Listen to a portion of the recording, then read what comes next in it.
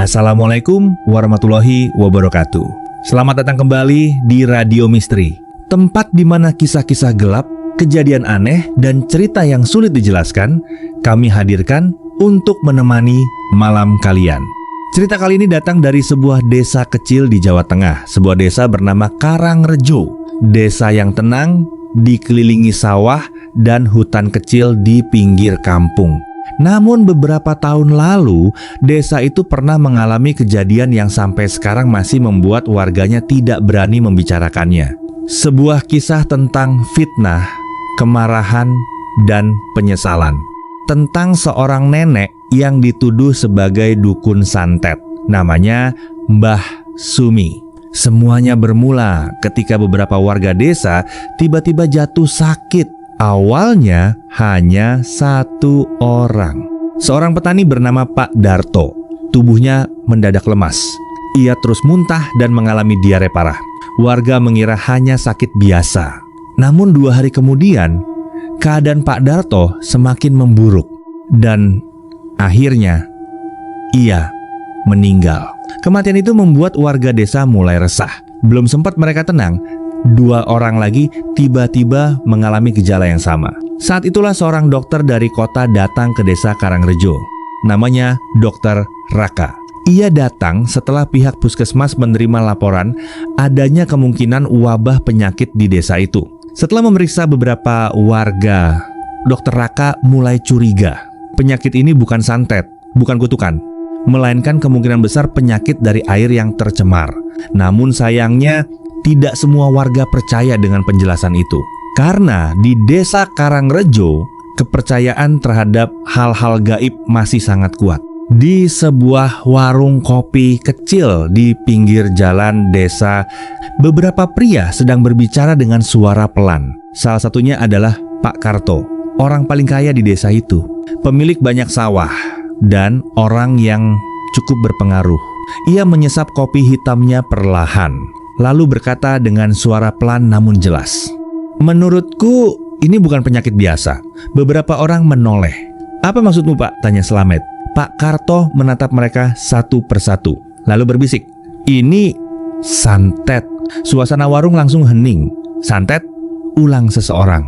Pak Karto mengangguk pelan, "Dan aku curiga siapa yang melakukannya." Beberapa orang mulai terlihat tegang. "Siapa, Pak?" Pak Karto kemudian menyebut satu nama yang membuat suasana semakin dingin, Mbah Sumi. Nama itu sebenarnya sudah lama menjadi bahan bisikan warga desa. Mbah Sumi tinggal sendirian di sebuah rumah tua di ujung kampung. Ia jarang berbicara dengan orang lain dan sering terlihat berjalan sendirian di malam hari. Bagi sebagian warga, itu sudah cukup untuk membuat mereka merasa curiga. Sejak malam itu, bisikan tentang santet Mbah Sumi mulai menyebar ke seluruh desa.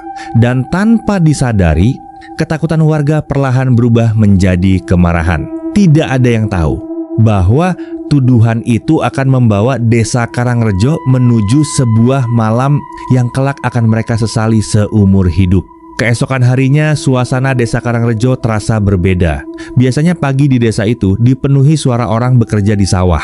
Namun hari itu, banyak warga justru berkumpul di warung, di jalan kecil, atau di halaman rumah sambil membicarakan hal yang sama tentang penyakit yang tiba-tiba menyerang beberapa warga. Dan tentang satu nama yang mulai sering disebut, Mbah Sumi.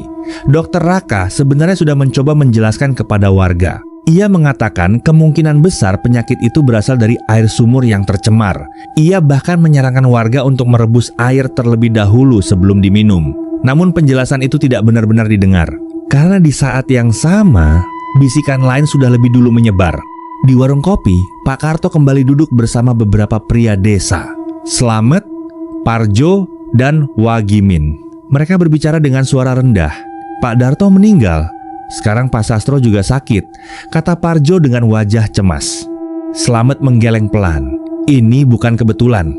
Pak Karto menaruh gelas kopinya dengan pelan di meja kayu, lalu berkata, "Orang kota boleh saja bilang ini penyakit, tapi kita orang kampung tahu kalau ada sesuatu yang tidak beres." Slamet menatap Pak Karto. "Pak, maksudmu tetap Mbah Sumi?" Pak Karto tidak langsung menjawab. Ia hanya menatap ke arah jalan desa yang sepi. Kemudian berkata pelan, "Sudah berapa lama kalian lihat nenek itu berjalan malam-malam sendirian?" Tidak ada yang menjawab. Karena semua orang di desa tahu kebiasaan itu. Idisi Dartar. Sejak dulu, Mbah Sumi memang sering terlihat berjalan pelan di jalan desa pada malam hari. Kadang membawa lampu kecil. Kadang hanya berjalan sendiri tanpa suara. Bagi sebagian orang itu tidak aneh. Namun bagi yang lain, itu terasa menyeramkan. Slamet menelan ludah. Kalau benar dia yang melakukan santet, berarti bisa saja ada korban lain. Kalimat itu membuat suasana semakin tegang. Parjo menatap Pak Karto. "Kalau begitu, kita harus melakukan sesuatu." Pak Karto tersenyum tipis, seolah-olah memang menunggu kalimat itu. "Kalau kalian takut, desa ini akan terus ada korban." Ia berhenti sebentar, lalu berkata pelan namun tegas, "Tapi kalau kita bertindak, semuanya bisa berhenti." Hari itu, untuk pertama kalinya, tuduhan terhadap Mbah Sumi mulai diucapkan dengan suara keras. Tidak lagi hanya bisikan. Beberapa orang mulai menyebarkannya ke rumah-rumah warga, bahwa nenek tua di ujung desa itu adalah dukun santet. Sementara itu, di rumah tuanya yang sederhana di pinggir desa, Mbah Sumi sedang duduk sendirian di teras. Seolah tidak tahu bahwa namanya sedang menjadi pembicaraan seluruh kampung. Tidak ada yang menyadari bahwa tuduhan itu akan segera berubah menjadi sesuatu yang jauh lebih berbahaya. Sesuatu yang akan membuat desa Karangrejo tidak pernah sama lagi. Hari-hari berikutnya, suasana di desa Karangrejo semakin tidak tenang. Beberapa warga masih jatuh sakit, sebagian mulai sembuh. Namun rasa takut sudah terlanjur menyebar ke seluruh desa. Dan setiap kali ada orang yang muntah atau mengeluh sakit perut, nama Mbah Sumi kembali disebut. Di warung kopi yang sama, Pak Karto kembali duduk bersama Slamet, Parjo, dan Wagimin. Namun kali ini suasananya jauh lebih panas. Slamet berkata dengan suara kesal, "Kalau kita biarkan, bisa-bisa seluruh kampung kena santet." Parjo menimpali, "Orang kota seperti dokter itu tidak akan mengerti urusan begini." Pak Karto tidak banyak bicara. Ia hanya menatap mereka satu persatu. Kemudian berkata dengan tenang, "Kalau kalian memang ingin melindungi kampung ini, kalian tahu harus melakukan apa." Kalimat itu seperti menyiram minyak ke api. Malam itu, bisikan berubah menjadi ajakan. Ajakan berubah menjadi kerumunan. Dan kerumunan berubah menjadi massa. Beberapa orang membawa senter. Beberapa membawa bambu. Sebagian hanya ikut berjalan karena rasa takut dan rasa penasaran. Di antara mereka, ada juga yang sebenarnya ragu. Namun tidak ada yang berani menentang kerumunan itu. Kabar tentang kerumunan warga akhirnya sampai ke telinga Dr. Raka. Ia segera keluar dari rumah kepala desa tempat ia menginap. Ketika melihat puluhan warga berjalan menuju ujung kampung, hatinya langsung tidak enak. "Pak Slamet, mau kemana kalian?" teriaknya. Namun tidak ada yang menjawab. Mereka terus berjalan menuju rumah kecil yang berdiri sendiri di pinggir desa. Rumah Mbah Sumi. Rumah itu sederhana. Dinding kayu tua. Lampu minyak kecil menyala di teras.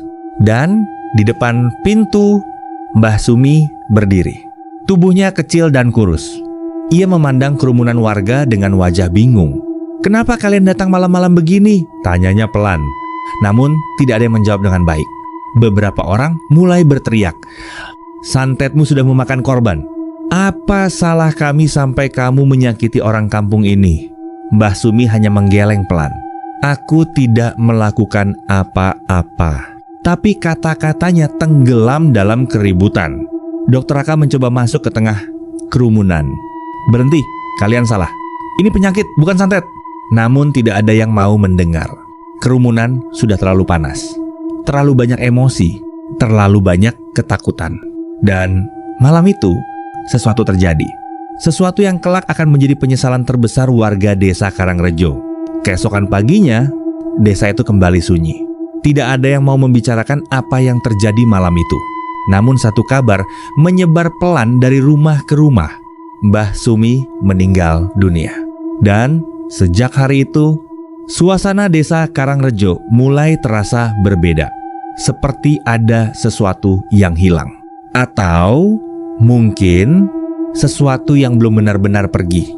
Beberapa hari setelah pemakaman Mbah Sumi, suasana di desa Karangrejo terasa aneh. Tidak ada yang berani membicarakan kejadian malam itu secara terang-terangan. Namun semua orang tahu sesuatu yang buruk telah terjadi. Dokter Raka masih berada di desa. Ia terus memeriksa warga yang sakit. Dan setelah beberapa hari melakukan pemeriksaan, akhirnya ia menemukan sesuatu. Penyebab penyakit itu bukan santet, melainkan air sumur desa yang tercemar bakteri. Air yang selama ini diminum warga ternyata sudah tidak layak. Namun, saat ia mencoba menjelaskan hal itu kepada warga, reaksi mereka justru berbeda. Tidak ada yang terlihat lega, tidak ada yang terlihat tenang. Sebaliknya, beberapa orang justru terlihat semakin gelisah.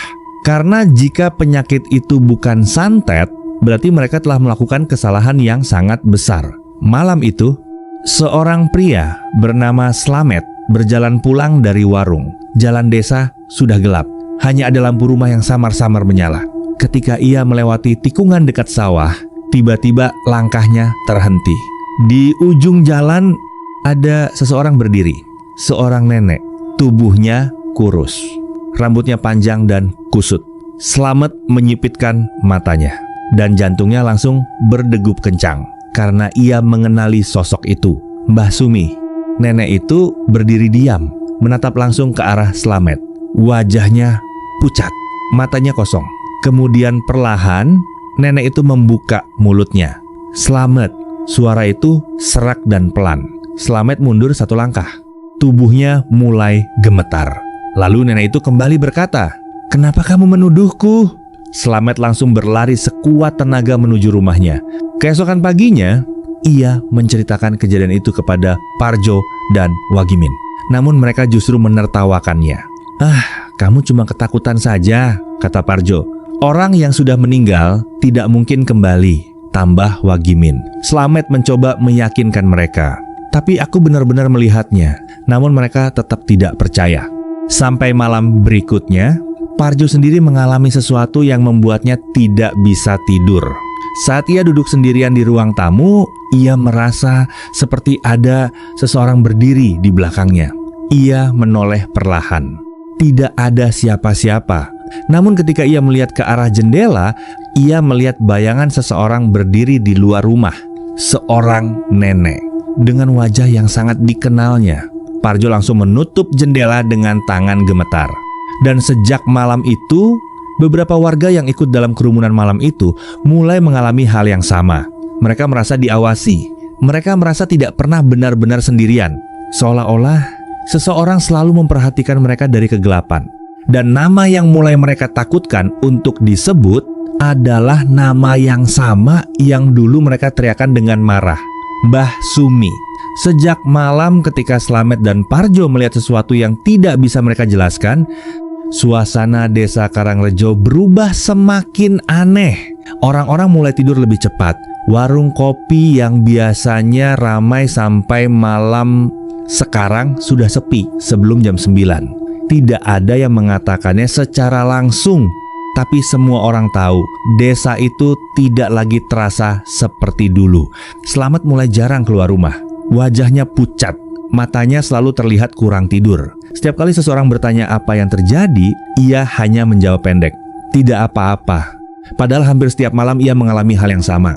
Ia merasa seperti ada seseorang berdiri di luar jendelanya, mengawasi, menunggu. Suatu malam, ketika Slamet mencoba memejamkan matanya, ia mendengar suara pelan dari luar rumah, seperti seseorang memanggil namanya. "Slamet." Ia membuka mata. Awalnya ia mengira hanya mimpi, namun suara itu terdengar lagi, lebih jelas. "Slamet." Tubuhnya langsung kaku. Dengan tangan gemetar ia perlahan bangkit dari tempat tidur. Langkahnya pelan menuju jendela. Dan ketika ia membuka tirai sedikit, napasnya langsung tertahan. Di halaman rumah berdiri seorang nenek, pakaian lusuh, rambut panjang yang menutupi sebagian wajahnya. Namun Slamet tidak mungkin salah mengenali sosok itu. Itu Mbah Sumi. Nenek itu berdiri diam, matanya menatap langsung ke arah jendela, seolah tahu Slamet sedang melihatnya. Kemudian perlahan ia berkata dengan suara serak, "Slamet, kenapa kamu menuduhku santet?" Slamet langsung mundur dengan wajah pucat. Ia menutup jendela dengan keras. Dan sepanjang malam itu, ia tidak berani membuka mata lagi. Keesokan harinya, Slamet terlihat seperti orang yang sangat ketakutan. Ia bahkan tidak berani keluar rumah. Sementara itu, kejadian aneh juga mulai dialami oleh orang lain. Wagimin mengaku melihat seseorang berdiri di ujung sawah saat senja. Ketika ia mendekat, sosok itu hilang begitu saja. Namun yang paling membuat warga desa semakin gelisah adalah ketika salah satu provokator lain tiba-tiba jatuh sakit. Tubuhnya lemas. Dan sepanjang malam ia terus mengigau. Ia berteriak-teriak dalam tidur, mengucapkan satu kalimat yang sama berulang kali. "Maafkan aku, Mbah, maafkan aku." Dokter Raka yang mendengar semua cerita itu mulai merasa ada sesuatu yang tidak beres. Bukan karena hal gaib, tapi karena rasa bersalah yang mulai menghantui warga desa itu. Namun satu hal yang ia sadari, semua orang yang mengalami kejadian aneh itu adalah orang-orang yang berada di kerumunan malam penghakiman terhadap Mbah Sumi. Tidak satupun warga lain yang mengalami hal serupa. Dan sejak saat itu, ada satu hal yang mulai dilakukan warga desa Karangrejo tanpa mereka sadari. Mereka tidak lagi berani menyebut nama Mbah Sumi. Seolah-olah dengan tidak menyebut namanya, mereka berharap sosok itu tidak akan datang lagi. Seiring berjalannya waktu, ketakutan di desa Karangrejo tidak berkurang, justru semakin terasa. Warga mulai menghindari keluar rumah saat malam. Jalan desa yang dulu ramai oleh obrolan dan tawa, sekarang lebih sering sunyi. Seolah-olah seluruh desa sedang menahan sesuatu. Sebuah rasa bersalah yang tidak pernah benar-benar diucapkan. Di antara semua orang di desa itu, ada satu orang yang terlihat tetap tenang, Pak Karto. Ia masih duduk di warung kopi seperti biasa, masih berbicara dengan suara keras. Seolah semua cerita tentang penampakan Mbah Sumi hanyalah omong kosong. Orang yang sudah meninggal tidak mungkin kembali, katanya suatu malam. Namun jauh di dalam hatinya, Pak Karto juga mulai merasa tidak nyaman. Karena hampir setiap malam ia merasa seperti sedang diperhatikan. Nah, suatu malam ketika Pak Karto pulang ke rumahnya yang besar di pinggir desa, angin terasa lebih dingin dari biasanya. Langkahnya terhenti ketika ia membuka pagar rumah. Di halaman, ia melihat seseorang berdiri. Sosok itu tidak bergerak, hanya berdiri di bawah cahaya lampu yang redup. Pak Karto menyipitkan matanya. "Siapa itu?" tanyanya dengan suara keras. Tidak ada jawaban. Ia melangkah lebih dekat. Dan saat itulah jantungnya langsung berdegup keras. Karena sosok itu adalah seorang nenek yang sangat ia kenal, Mbah Sumi. Nenek itu berdiri diam, wajahnya pucat, matanya kosong menatap Pak Karto. Pak Karto mundur satu langkah. Untuk pertama kalinya, ia benar-benar merasa takut. "Mbah," gumamnya. Namun nenek itu tidak menjawab seperti manusia biasa. Ia hanya menatap Pak Karto, lalu perlahan berkata dengan suara serak, "Kenapa kamu menghasut mereka, Karto?" Angin malam terasa semakin dingin. Pak Karto gemetar. Aku tidak." Namun kata-katanya terhenti karena sosok itu melangkah satu langkah lebih dekat dan berkata lagi, "Kenapa kamu membuat mereka membenciku?" Pak Karto mundur dengan panik. Ketika ia menoleh sebentar ke arah pintu rumahnya dan melihat kembali ke halaman, sosok itu sudah tidak ada. Malam itu Pak Karto tidak bisa tidur sama sekali. Dan untuk pertama kalinya, ia mulai mengingat kembali malam ketika massa berkumpul di depan rumah Mbah Sumi. Malam ketika semua orang berteriak. Malam ketika ia berdiri di belakang kerumunan dan tidak melakukan apapun untuk menghentikan mereka. Sementara itu, Dokter Raka akhirnya menerima hasil pemeriksaan dari kota. Dan hasilnya membuat semuanya semakin jelas. Penyakit yang menyerang warga desa itu adalah kolera. Bakteri dari air sumur yang tercemar, bukan santet. bukan kutukan. Artinya, Mbah Sumi tidak pernah melakukan apapun. Kabar itu mulai menyebar ke seluruh desa. Dan ketika warga menyadari kenyataan itu, rasa bersalah mulai berubah menjadi ketakutan yang lebih dalam. Karena sekarang mereka tidak hanya takut pada penampakan, mereka takut pada apa yang telah mereka lakukan. Setelah kabar tentang penyebab wabah menyebar, suasana di desa Karangrejo berubah semakin sunyi. Sekarang semua orang tahu penyakit yang menyerang warga bukanlah santet, melainkan kolera dari air sumur yang tercemar. Artinya, orang yang selama ini mereka tuduh, orang yang mereka datangi dengan kemarahan malam itu tidak bersalah. Beberapa warga mulai merasa tidak tenang. Mereka teringat kembali malam ketika kerumunan massa berdiri di depan rumah kecil di ujung desa. Teriakan, tuduhan, dan wajah seorang nenek tua yang hanya bisa berkata pelan, "Aku tidak melakukan apa-apa." Namun kata-kata itu tidak ada yang mau mendengar. Sementara itu, teror yang selama ini hanya dialami beberapa orang mulai semakin sering terjadi. Slamet kembali melihat sosok itu di ujung jalan. Parjo mengaku mendengar suara langkah di luar rumahnya setiap tengah malam. Dan Wagimin suatu malam berlari keluar rumah sambil berteriak ketakutan. Ia bersumpah melihat Mbah Sumi berdiri tepat di depan pintunya. Tidak marah, tidak berteriak, hanya menatap dengan wajah yang membuat bulu kuduknya berdiri. Namun yang paling berubah adalah Pak Karto, orang yang dulu paling berani menyebut nama Mbah Sumi. Sekarang justru menjadi orang yang paling sering terbangun di tengah malam. Karena hampir setiap malam, ia bermimpi hal yang sama. Ia berdiri di halaman rumah tua itu, di depan pintu kayu yang terbuka sedikit, dan di dalam kegelapan, seorang nenek berdiri memandangnya. Kemudian berkata pelan, "Karto, kenapa kamu membuat mereka membenciku?" Beberapa minggu kemudian, kejadian malam penghakiman itu akhirnya sampai ke telinga pihak berwajib. Beberapa warga dipanggil untuk dimintai keterangan. Dan perlahan, cerita tentang apa yang sebenarnya terjadi malam itu mulai terungkap. Tentang kerumunan massa, tentang tuduhan santet, dan tentang seorang nenek tua yang tidak pernah mendapat kesempatan untuk membela dirinya. Beberapa orang yang terlibat akhirnya harus mempertanggungjawabkan perbuatannya di hadapan hukum.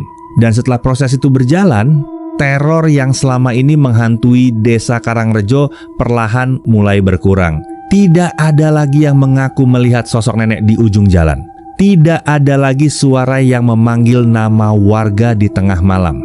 Namun satu hal tetap berubah selamanya. Sampai sekarang, warga desa Karangrejo jarang sekali membicarakan kejadian itu. Rumah kecil di ujung desa tempat Mbah Sumi dulu tinggal masih berdiri, kosong. Tidak ada yang berani menempatinya. Bukan karena mereka takut pada sosok gaib, melainkan karena setiap kali melewati rumah itu, mereka selalu teringat satu hal, bahwa kadang ketakutan manusia bisa berubah menjadi sesuatu yang jauh lebih berbahaya, fitnah.